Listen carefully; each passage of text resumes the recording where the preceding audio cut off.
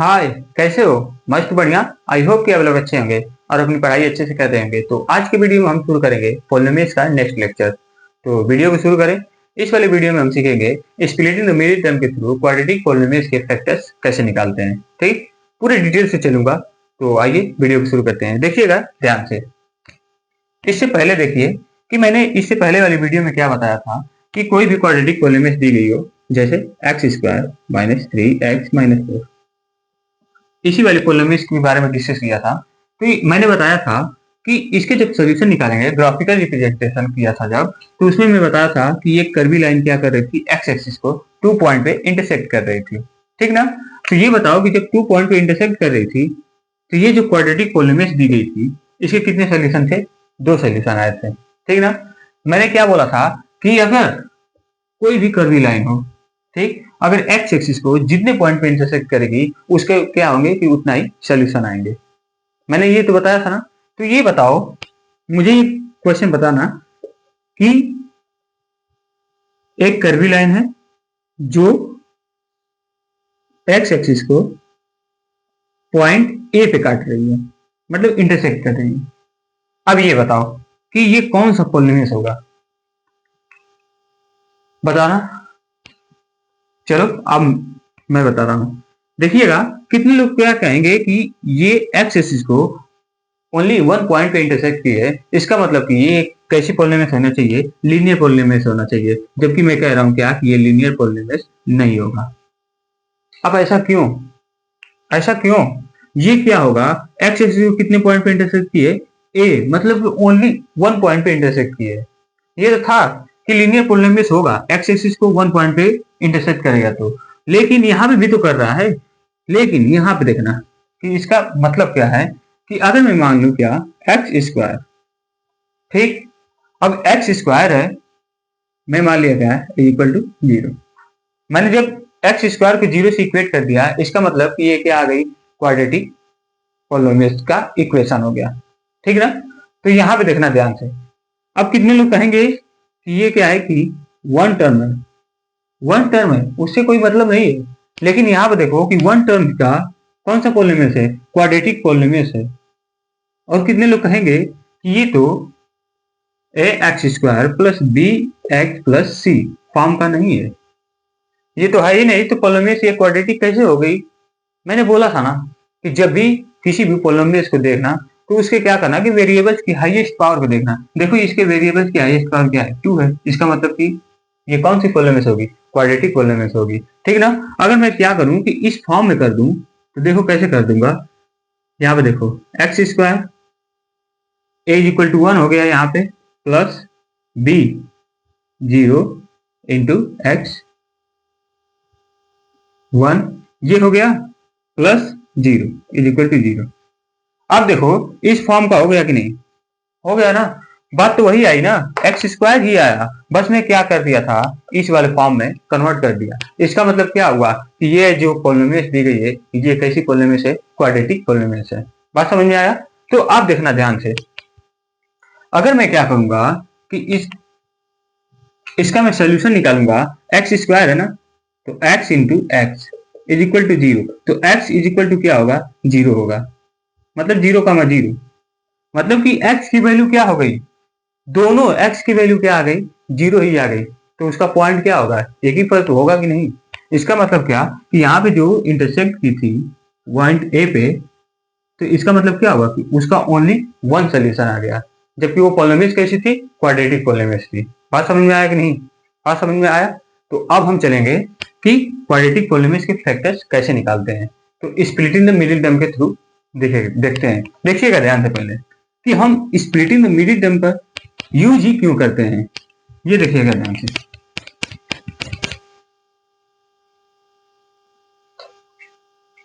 Quadratic polynomial का general form क्या होता है, पहले ऐसे देखो, factorisation,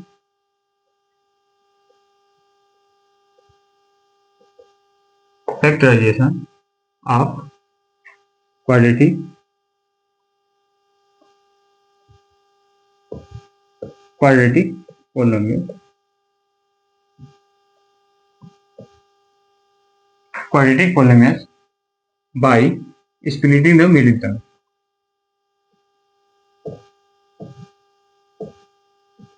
by splitting the middle term,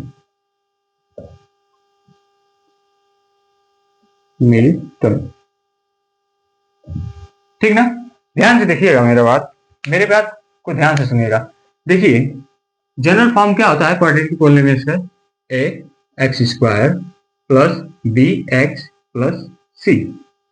मैंने क्या बोला था कि क्वाड्रेटिक पॉलिनोमियल होगा तो उसके कितने सोल्यूशन होंगे, 2 सोल्यूशन होंगे। अगर लीनियर पॉलिनोमियल होगा तो उसकी सोल्यूशन कितना होगा, 1 होगा। ठीक ना, और क्यूबिक होगा तो 3 होगा, बाई क्वाड्रेटिक होगा तो 4 होगा। ठीक, तो यहाँ पे देखना कि ये क्या है कि एक क्वाड्रेटिक पॉलिनोमियल है, इसका मतलब कि इसके कितने सोल्यूशन होंगे, 2 सोल्यूशन होंगे। ठीक, इस क्वाड्रेटिक पॉलिनोमियल के सोल्यूशन कितने मान लिए, 2। मैंने माना क्या, पी एक्स प्लस क्यू, एक सोल्यूशन ये हो गया, और सेकेंड सोल्यूशन क्या हो गया, आर एक्स प्लस एस। ठीक ना, तो देखिएगा ध्यान से, अगर मैं क्या कर दूं कि पहले इसको सॉल्व करूंगा, तो सॉल्व कैसे किया जाता है, पी एक्स का मैं पहले क्या करूंगा कि आर एक्स में मल्टीप्लाई करूंगा। ठीक, फिर पी एक्स का किस में करूंगा, एस में मल्टीप्लाई करूंगा। तो पहले देखिएगा, ये तो ऐसे ही लिखा चला जाएगा नीचे, इज इक्वल टू, देखो अब ये क्या होगा, पी आर होगा, पी आर एक्स 2 है तो एक्स स्क्वायर हो गया, प्लस ध्यान से देखिएगा, अब पी एक्स का किस में होगा, एस में होगा, तो पी एस इंटू एक्स ऐसे हो गया, प्लस अब देखो इस क्यू से फिर क्या करेंगे कि आर एक्स में करेंगे मल्टीप्लाई, फिर एस में करेंगे, तो क्यू से कर दो, तो क्यू आर एक्स ये हो गया, प्लस क्यू एस ये आ गया। ठीक है ना, अब देखो ध्यान से देखना, ये एस है, इसको एस बना दूं। ठीक ना, अब देखना ध्यान से, पी आर एक्स स्क्वायर, उसके बाद यहां से देखो कि इसमें और इस वाले टर्म्स में कौन से नंबर्स है जो कॉमन है, एक्स वेरिएबल्स है ना, यहाँ में भी एक्स है और इसमें भी एक्स है, तो एक्स को क्या कर दो, बाहर निकाल दो, तो क्या आ जाएगा, P S plus Q R, ठीक है ना, into x plus Q S, ये हो गया। अब देखो ध्यान से, ये एस, ये भी एस, ऐसे, ठीक है ना। अब देखना ध्यान से, अगर मैं क्या कर दूं, पहले देखो आप, यहां पे मैं लिख दिया a x square plus b x plus c. ठीक, अब मैं क्या कर रहा हूं कि कंपेयर कर रहा हूं किसका, कोफिशिएंट का। देखो इसके इसके जैसा ही अभी दिखाई दे रहा है ना, तो इसका मतलब क्या कर दूंगा मैं कि इसके कोफिशिएंट से मैं कंपेयर कर दूंगा, तो कंपेयरिंग द कोफिशिएंट,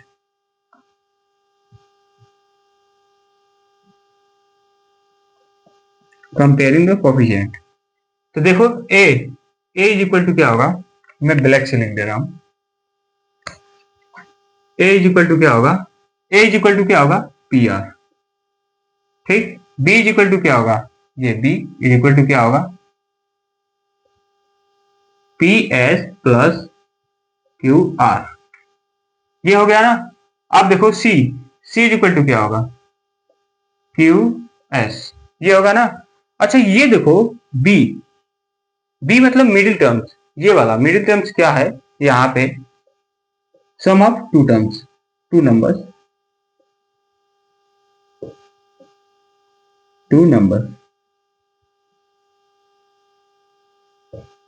ठीक ना। यहाँ पे दो नंबर्स का क्या है कि सम है, ऐड है, ठीक ना। लेकिन अब देखना, जैसे ही मैं एसी निकाल दिया, एसी का प्रोडक्ट मतलब ए एंड सी दोनों का प्रोडक्ट निकाला, क्या आ गया, P R into Q S, ये आ गया। ठीक ना, देखना ध्यान से, अगर मैं क्या कर दूं कि ये क्या है कि प्रोडक्ट फॉर्म में है, तो इनके क्या कर सकता हूं कि नंबर्स का प्लेस चेंज कर सकता हूं। तो जैसे मैं चेंज करूंगा तो इसका सीक्वेंस क्या मिलेगा, देखना ध्यान से, बस ध्यान से देखते चले जाना। ए सी यहां पे लिख दे रहा हूं, ए सी इज इक्वल टू, यहां पे देखो मैं क्या कर दिया कि p के साथ s को ले लिया। अब क्यों लिया देखते रहिएगा बस। अब देखो q के साथ मैं r को ले लिया, तो ये क्या हो गया प्रोडक्ट q इंटू r, ठीक ना। जैसे देखो क्या होता है कि 2 इंटू 3 का मल्टीप्लाई कर दिया, फिर मल्टीप्लाई कर दिया 4 इंटू 6, ऐसे मल्टीप्लाई कर दिया। मैं कह रहा हूं क्या कि जब मल्टीप्लाई करोगे तो जो आंसर आएगा, अगर इनके नंबर्स का प्लेस चेंज कर दूंगा और फिर मल्टीप्लाई करूंगा तो क्या होगा कि वही आंसर आएगा, ठीक ना। तो इसका नंबर्स को मैं प्लेस इनका क्या कर रहा हूँ चेंज कर दूंगा, तो कोई अंतर होगा नहीं होगा। बस मैंने इसी तरह क्या किया हूँ यहाँ पे भी किया हूँ। क्यों कर दिया हूँ, क्योंकि ये प्रोडक्ट फॉर्म में था इसलिए कर दिया हूँ। तो यहाँ पे देखो, आप ध्यान से देखो इस वाले को देखो, AC क्या है प्रोडक्ट ऑफ टू नंबर्स, मतलब ये क्या आ गया प्रोडक्ट ऑफ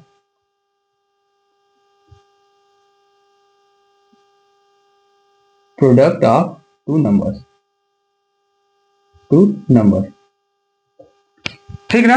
यहां पे देखना ध्यान से, ये देखो PS यहां पे क्या था PS QR इंटू QR दिया है यहाँ पे QR, बट यहाँ पे क्या था ये सम में था और यहाँ पे क्या है कि प्रोडक्ट में है। इसका मतलब क्या, जब तुम क्वाड्रेटिक इक्वेशन बनाओगे इन टर्म से तो क्या बनेगा देखना ध्यान से, PR यही होगा ना, हाँ PR x square plus product कितना आया था PS into QR, sorry plus QR, x plus C क्या आया था QS आया था, ठीक ना। ये आ गया A, ये आ गया C और ये क्या हो गए B, मतलब दोनों टर्म है ना B है। तो ये देखो कि इस वाले को मैं क्या किया था कि रीअरेंज किया था, तो ये क्या आ गया था PS ये हो गया और ये क्या आ गया था QR ये ऐसे आ गया था, ठीक ना। अब देखो ध्यान से कि ये वाला और ये वाला इन दोनों का प्रोडक्ट अगर मैं क्या कर दूं कि एक ऐसी नंबर्स में स्प्लिट कर दूं उसको, उनका फैक्टर ऐसा नंबर्स निकालूं जो क्या हो कि ऐड करने पर मिडिल टर्म मतलब b के इक्वल आना चाहिए, b मतलब कि b के कोफिशिएंट के इक्वल आना चाहिए। जैसे देखो a x square plus b x plus c इसके इक्वल आना चाहिए। बट जैसे ही मैं इन दोनों का प्रोडक्ट करूंगा तो किनके इक्वल आना चाहिए a इंटू सी के इक्वल आना चाहिए कि नहीं, समझ में बात आ रही है कि नहीं। तो इसलिए हम क्या करते हैं कि किसी भी क्वाड्रेटिक पॉलिनोमियल्स का स्प्लिटिंग द मिडिल टर्म के थ्रू क्या करते हैं उसका फैक्टर्स निकालते हैं, ठीक ना, उसके सॉल्यूशन निकालते हैं। देखिएगा अब देखिएगा एग्जांपल से मैं चल रहा हूं, तो अब देखिएगा एग्जांपल से मैं चल रहा हूं, देखिएगा ध्यान से। मैं मान लिया x square minus 3x minus 4, ये क्या है एक क्वाड्रेटिक पॉलिनोमियल है। तो मैं चलूंगा bye splitting the middle term के थ्रू इसका फैक्टर्स निकालूंगा। तो देखना ध्यान से, मैंने क्या बोला था कि AC का क्या करोगे कि प्रोडक्ट निकालोगे और उसको क्या करोगे कि स्प्लिट करोगे। पहले देखो कंपेयर करेंगे, कोफिशिएंट को कंपेयर करो, A इज इक्वल टू क्या होगा यहाँ पे 1 है मल्टीप्लाई के साथ, तो ये क्या हो जाएगा 1, ठीक। B इज इक्वल टू क्या होगा -3 होगा। देखो माइनस साइन के साथ लेना, मतलब कि इसके आगे वाली नंबर्स की जो भी कोफिशिएंट होंगे और कोफिशिएंट की आगे वाली जो भी साइन होगी उसके साथ लेना। तो B इज इक्वल टू क्या होगा -3 होगा, तो C इज इक्वल टू क्या होगा -4 होगा, ठीक ना। मैंने क्या बोला था कि AC निकालो, AC क्या होगा 1 into C -4 is equal to क्या हो जाएगा -4, ठीक। -4 के इक्वल आ गया। तो ये देखो ध्यान से देखना कि मैं क्या करूंगा कि इस वाले टर्म्स को ऐसे क्या करूंगा कि स्प्लिट करूंगा, ऐसी दो नंबर्स में स्प्लिट करूं कि क्या हो जाए कि इसको ऐड करने पर b के इक्वल आना चाहिए, मतलब कि -3 के इक्वल आना चाहिए, ठीक। और मल्टीप्लाई कर दूं तो किसके इक्वल आना चाहिए -4 के इक्वल आना चाहिए। अगर मैं बताओ कि अगर मैं -2 इंटू 2 के रूप में कर दूं तो ये देखो इसका प्रोडक्ट निकालोगे मतलब मल्टीप्लाई करोगे तो -4 तो आ जाएगा, लेकिन जैसे ही ऐड करोगे ये 0 आ जाएगा, 0 आ जाएगा, जबकि -3 के इक्वल नहीं होगा। बात समझ में आया? तो नहीं होगा तो फिर हम क्या करेंगे कि और अदर नंबर्स में स्प्लिट करेंगे। अगर मैं -4 इंटू 1 में स्प्लिट कर दिया तो क्या हो जाएगा, इसका मल्टीप्लाई करोगे तो क्या होगा, -4 हो जाएगा, और जैसे ही इसको ऐड करोगे तो क्या आ जाएगा, -3 आ जाएगा। अब कहोगे कि -1 इंटू -4 में कर देना चाहिए था, जैसे -1 इंटू 4 में इसको मल्टीप्लाई, इसका प्रोडक्ट निकालोगे तो क्या आएगा, -4 ही आएगा। बट जैसे ही ऐड करोगे ये क्या आ जाएगा, +3 आ जाएगा, न कि -3 होगा, ठीक ना। जबकि हमको चाहिए क्या, -3 चाहिए। तो इसका मतलब क्या होगा कि ये दोनों वो ऐसी नंबर्स होंगे दोनों -4 इंटू 1, ठीक ना। तो देखना है आप, अब देखिएगा ध्यान से, इधर ही कर दे रहा हूं, देखना ध्यान से। अब इसको मैं स्प्लिट करूंगा, x² - 3x - 4। तो मैं मिडिल टर्म्स को किसमें स्प्लिट कर दूंगा, -4 इंटू 1 में। x², देखो -4x, ये -3x है ना, x है तो वेरिएबल x ले लिया इसके साथ, फिर प्लस 1x, 1x का मतलब क्या होगा, ये 1 हट जाएगा तो x ही बचेगा ओनली, तो ये आ गया x -4, ठीक ना। अब देखो इन दो टर्म में से और इन दो टर्म को देखो कि क्या है, जिस जो नंबर, कौन सी नंबर्स है जो क्या है कि इन दोनों में से कॉमन है, उसको क्या करो कि बाहर निकाल लो। तो देखो यहाँ पे x² है और 4x है, -4x है, तो इसमें से x है और इसमें से भी x कॉमन है, इसको बाहर निकाल लो। जैसे ही यहाँ से x कॉमन निकाल लिया बाहर तो एक ही x बचा, ठीक ना। तो यहाँ पे x माइनस, यहाँ पे x बाहर निकाल लिया तो क्या बचा, ओनली 4 बचा, x -4 आ गया। ये देखो प्लस है, प्लस लिख दिया। अब देखो यहाँ से कौन सी नंबर्स है जो इन दोनों में से कॉमन है, न तो x है न तो 4 है, तो कौन सा नंबर है, 1 है, ठीक ना। अगर मैं क्या करूंगा कि 1 + 1 बाहर निकाल दूंगा कॉमन, तो यहाँ पे क्या बचेगा, x बचेगा, माइनस यहाँ से क्या बचेगा, माइनस, तो -4 भी बचेगा। यहाँ पे भी क्या कर सकते हो, 1 से मल्टीप्लाई कर सकते हो और इसमें भी 1 से मल्टीप्लाई कर सकते हो। देखो दोनों में कॉमन है कि नहीं है, तो इसको +1 को बाहर निकाल लो। जैसे ही निकालोगे तो क्या बच जाएगा, यहाँ पे x बचेगा और -4 बचेगा। अब देखो इन दो टर्म में से क्या कॉमन है, ये x -4 ये कॉमन है, इनको बाहर निकाल लो। देखो इसमें भी है और इस वाले टर्म में भी है, तो x -4 कॉमन निकाल लिए। अब देखो क्या बचा, इसमें से जब x -4 कॉमन निकाल लिया तो क्या बचा, x बचा x। अब जब इसमें से कॉमन x -4 कॉमन निकाल लिया तो क्या बचा, ओनली 1 बचा, +1, ये आ गया, ठीक ना। अब देखो कि अगर मैं क्या कर दूंगा कि इनके सोल्यूशन निकालने के लिए 0 से मैं इक्वेट कर दिया। जैसे 0 से इक्वेट किया तो क्या होगा कि x -4 = 0, तो x = क्या होगा, 4 होगा, ठीक ना। अब देखो कि x + 1 = 0, तो x = क्या होगा, -1 होगा। यहाँ पे देखो कि ये जो क्वाड्रेटिक पॉलिनोमियल था इसके कितने सोल्यूशन आ गए, 2 सोल्यूशन आ गए। एक तो x = 4 और एक क्या आ गया, x = -1 आ गया, ठीक ना। इन दोनों नंबर्स को, ये 4 और -1 को, जैसे ही x की जगह पे वेरिएबल जहां जहां है वहां वहां अगर x की जगह पे 4 रखोगे तो ये किसके इक्वल आ जाएगा, 0 के इक्वल आ जाएगा। इसका मतलब क्या कि यही क्या होता है कि 0 ऑफ क्वाड्रेटिक पॉलिनोमियल्स होता है। मतलब कि इस क्वाड्रेटिक पॉलिनोमियल्स के 0 होंगे, कौन होंगे, एक तो 4 होगा और दूसरा क्या होगा, -1 होगा, ठीक। जब इसको ग्राफ पे रिप्रेजेंट करोगे, दिखाओगे, तो ये क्या करेगा कि x एक्सिस को 2 पॉइंट पे इंटरसेक्ट करेगा। बात समझ में आया कि नहीं, बात समझ में आया। तो आइए एक और क्वेश्चन ट्राई करते हैं, देखिएगा।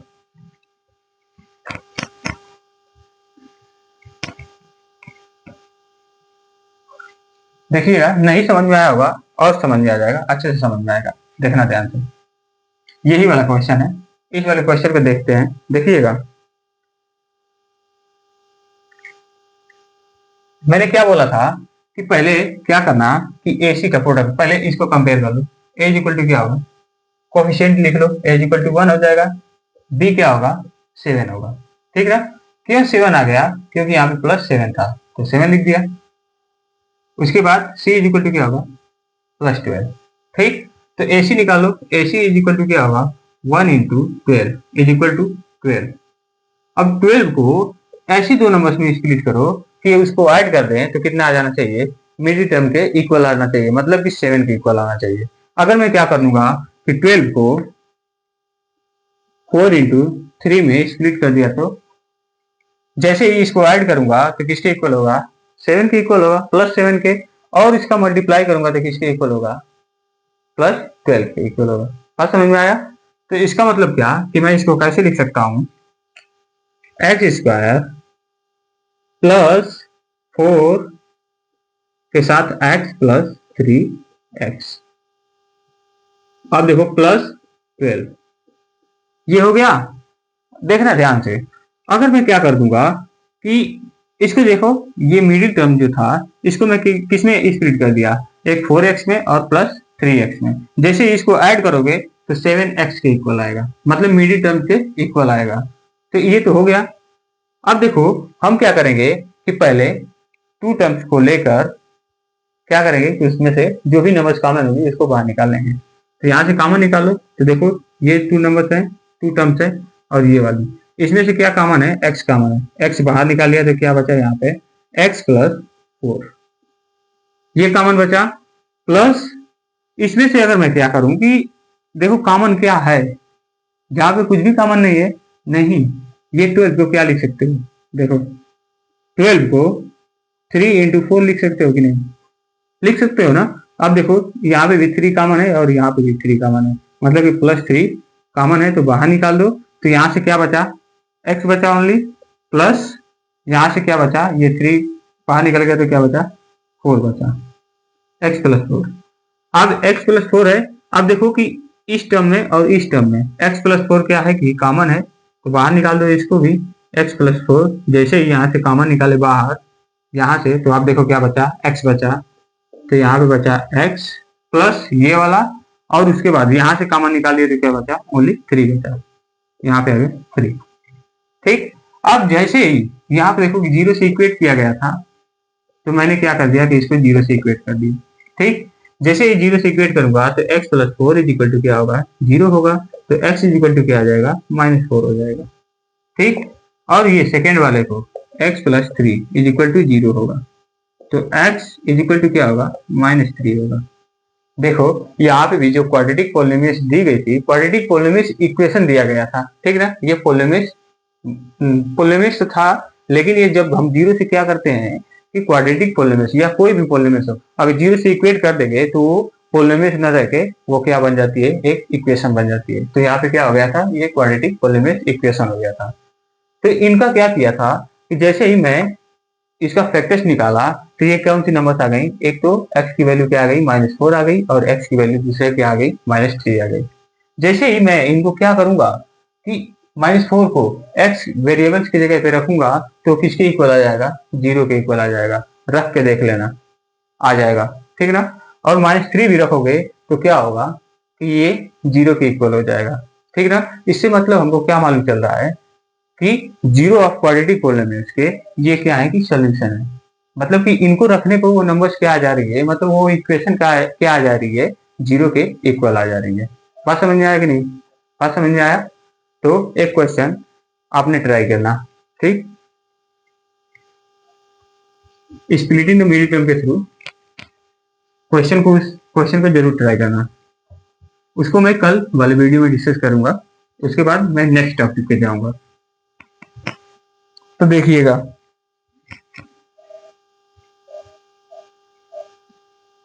Six x square plus 17x plus 5 is equal to 0, ठीक ना। इस क्वेश्चन को जरूर ट्राई करना, ठीक। तो मिलते हैं कल नेक्स्ट वीडियो में, तब तक के लिए खुश रहें, मस्त रहें, और हाँ अपनी पढ़ाई जरूर करते रहिएगा, ठीक। तो मिलते हैं नेक्स्ट वीडियो में, ठीक, बाय।